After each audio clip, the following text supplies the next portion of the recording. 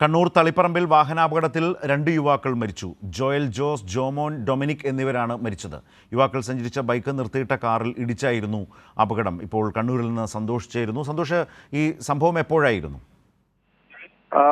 ശരത്ത്, പുലർച്ചെ 1 മണിയോടുകൂടിയാണ് തളിപ്പറമ്പിൽ ദേശീയപാതയിൽ ഈ വാഹന അപകടം ഉണ്ടായത്. നിർത്തിയിട്ട ഒരു കാറിന്റെ പിൻഭാഗത്ത് യുവാക്കൾ സഞ്ചരിച്ച ബൈക്ക് ഇടിക്കുകയായിരുന്നു.